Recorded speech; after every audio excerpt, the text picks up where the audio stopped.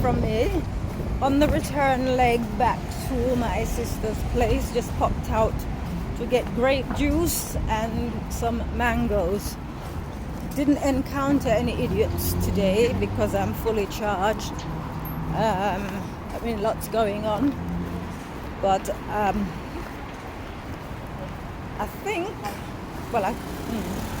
think I managed to get rid of everybody that I've needed to get rid of, namely all the idiots, namely the COVID idiots, and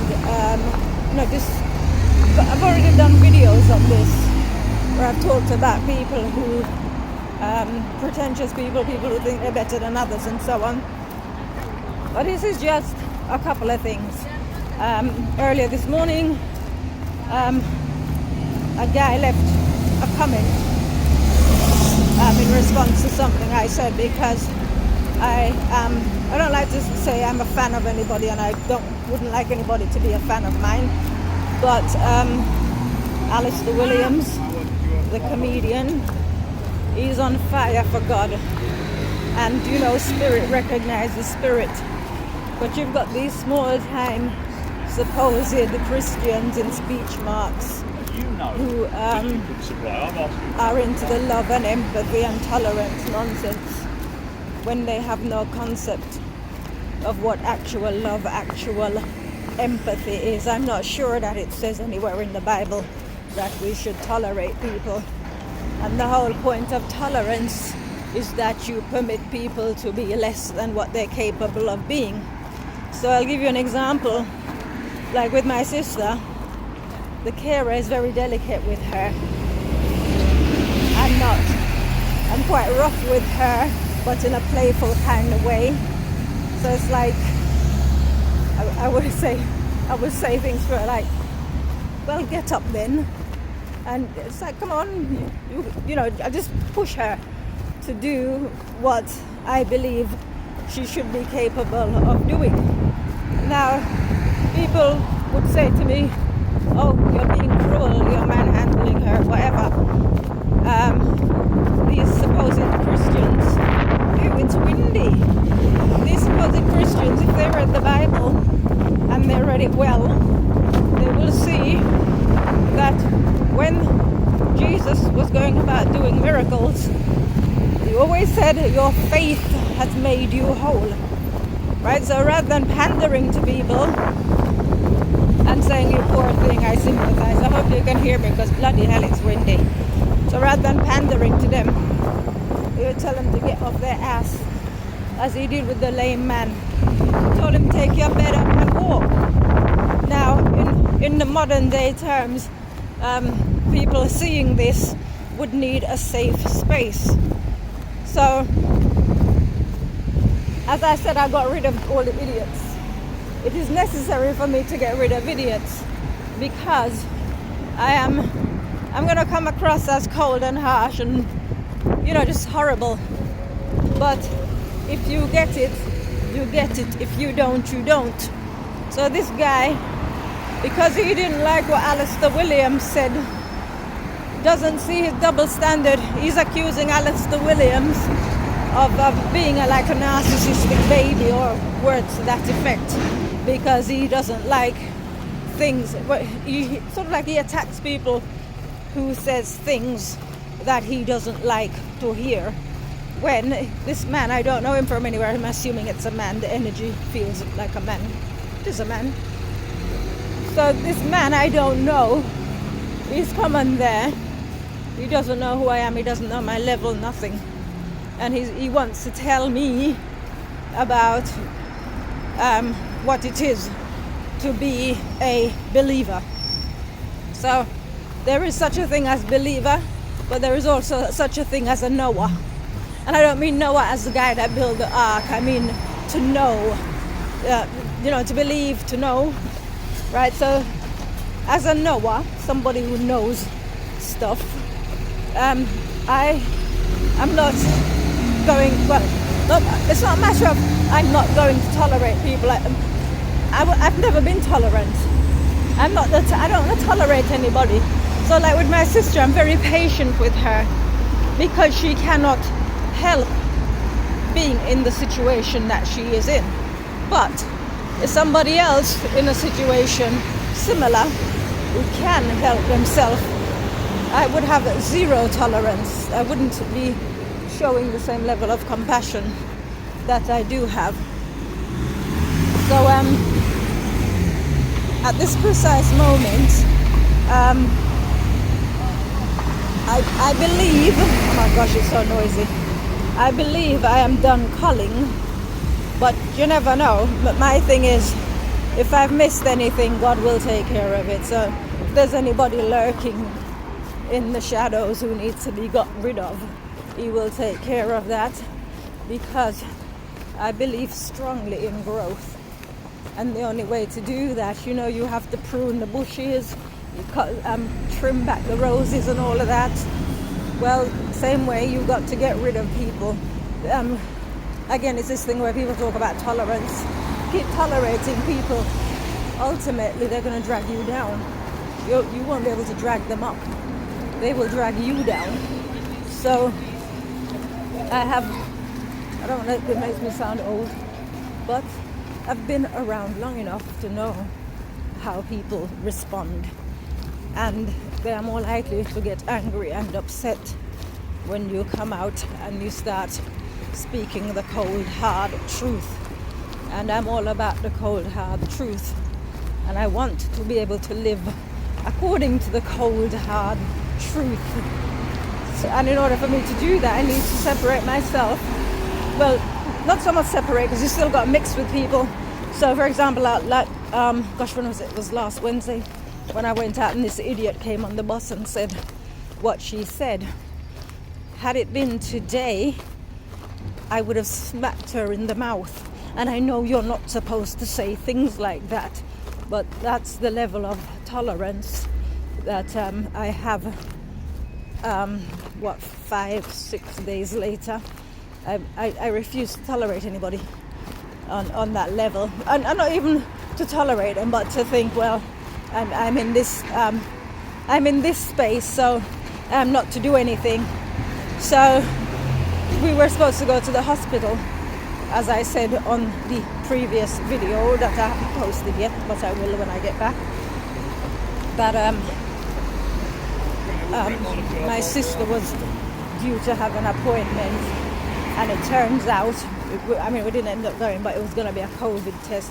And obviously I've said already what I think of that, but I am not the kind of person to persuade people of anything. Everybody's got their free will. But my thing with my sister, when they were talking about treatments, I thought, well, I can only do what I can do, which at the time was to visit her every day. Every evening or afternoon, depending what time of day, in the hospital, to make sure they're not doing anything that they shouldn't be doing. That was all that I could do. And then when they started talking about treatments and she needs to go here and she needs to go there, my thought was, well, if this thing isn't supposed to be, as they're making decisions and so on, if it's not supposed to happen, then God will do something to prevent it. So then when she didn't actually end up going today for the COVID swab test, I'm not going to say anything. I'll leave that for you to determine what you will. But I wasn't going to go with her initially, because I posted on Facebook. I wasn't planning to go because I can see what was going to happen, because they were going to try and force me to put a mask on, and as it turns out, it's pleasant. So even if they'd said to me, well, I'm sorry, you can't come into the hospital, I could have said, no problem, I'll wait outside. But I didn't know what the weather was going to be like. For all I know, it could have turned out quite rainy. It isn't. It's 17 degrees actually. It's warm. This is short weather.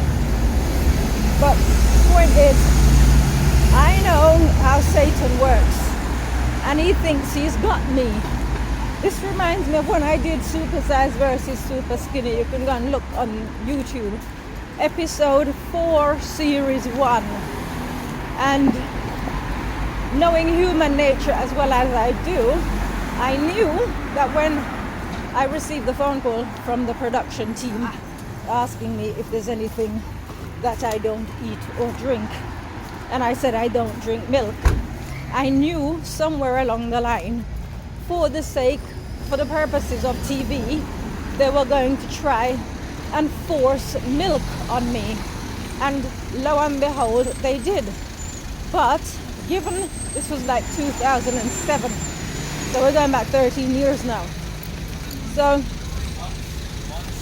given that I'm not the kind of person who cares what people think, there was no way on earth that they were going to talk me into drinking it or to put me under pressure to drink milk just for some TV program, just so I don't look bad, because I don't mind how I look, right? So it reminded me of that, where you have to wear a mask, they're trying to force you into a mask. At the time when I did that program, the producer, female, she was smiling when she saw me kicking off, because that's what I do, I kick off. If I tell you I don't like something or I don't want something and you keep shoving it on me, I will kick off. So they presented me with this pint glass of milk and I kicked off, and she thought she was getting TV heaven or car crash TV, however you want to look at it. So I kindly pointed out to her in front of the crew that you're not getting anything from me if that's what you think, because everybody who knows me knows that this is how I behave when I'm not being listened to. And her face just dropped. So I've already said, irrespective, I stand by my principles and I'm not going to wear a mask.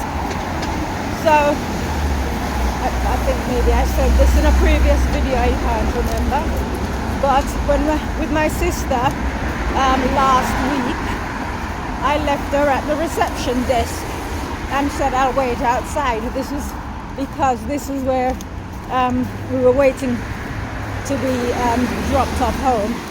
So at the desk where we needed to speak to the guys about arranging the transport for us to go home. And although we had been there from morning, we're leaving, we're not staying, we're leaving, we're going. And he said, you've got to put a mask on, or you've got to put a shield on, or some nonsense. I just walked past the car and there's this woman sitting in there, doesn't look in the best of health, wearing a mask, and she's closed the door because I'm walking past. You see, this is the type of people. I'm not going to say what I was just going to say, but these are the kind of people, if you could work magic, you would do something to them.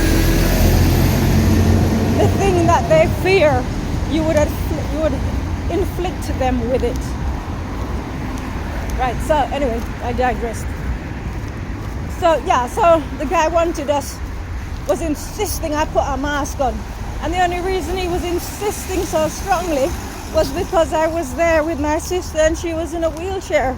And he thought he had the upper hand. So, I waited outside. But the point is, I know myself very well. And I know what I will do. And I know what Satan will do. But, right, because this is what people don't understand. Like, for example, with racism, I believe I've said this before. The more something bothers you, the more it's going to bother you, right? Because he preys on your weaknesses.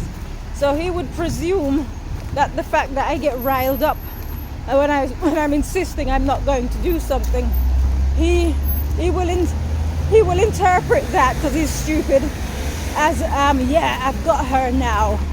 No, you haven't got me, right? Because I know what I need to do and what I don't need to do. So I would have let them take my sister and deliver her back home. But at some point, as I said, knowing human nature, I would have got a phone call from the hospital asking my whereabouts, and I would have said to them, because I already told my sister I wasn't coming, and she agreed with me that I shouldn't. Because had they phoned me, I would have said, well, there's no point me coming because you don't make me feel welcome, even though I'm coming to do my sister a favor. You harass me when I come here. You harass me and tell me that I need to wear a mask. So it's best that I didn't come. You see, when you say things like this to people, there is no way out for them. What are they going to say to you? Are they going to say, oh, you can come, but you got to wear a mask? Or are they going to say to you, you can come and we'll see what we do? They're not going to tell me, oh, but next time come but put on a mask. That it doesn't work like that. So, man, the traffic is noisy.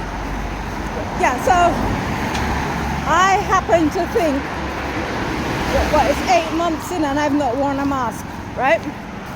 I happen to think people think, oh, we have no choice. Yes, we have choice. You don't have to do anything that you don't want to do, right? So I didn't have to follow through on that because we didn't get picked up, and it turned out that it was just a stupid COVID test that they wanted her to get up at to arrive at the hospital for 10:45, and God knows what time we'd get back. But we didn't end up wasting our time going.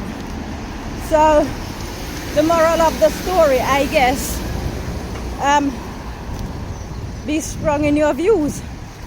And as regards what love, mercy, compassion, and all these religious Christian do-gooders buzzwords are, it is for us to know them as they truly are.